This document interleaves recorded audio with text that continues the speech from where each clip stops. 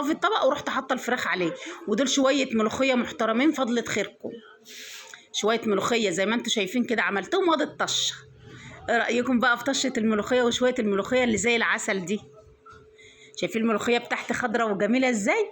عايزين السر بتاع الملوخيه تفضل خضرة معاك حتى لتاني يوم؟ اكتبوا له في الكومنتات وانا هقول لكم على السر ده.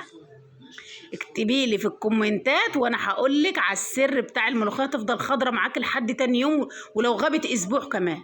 شايفين بقى الفراخ؟ بصي سخنه مولعه، انا مش عارفه افتحها والله. شوفوا انا فتحتها ازاي بالمعلقه، دايبه دايبه دوبان دايبه دايبه. شايفين الجمال والحلاوه؟ الورك اتخلع بسهوله. اه والله دي فراخ بيضه مش بلدي. شايفين اهي العظمه طلعت لوحدها، دايبه ما شاء الله تبارك الله، طعم وريحه.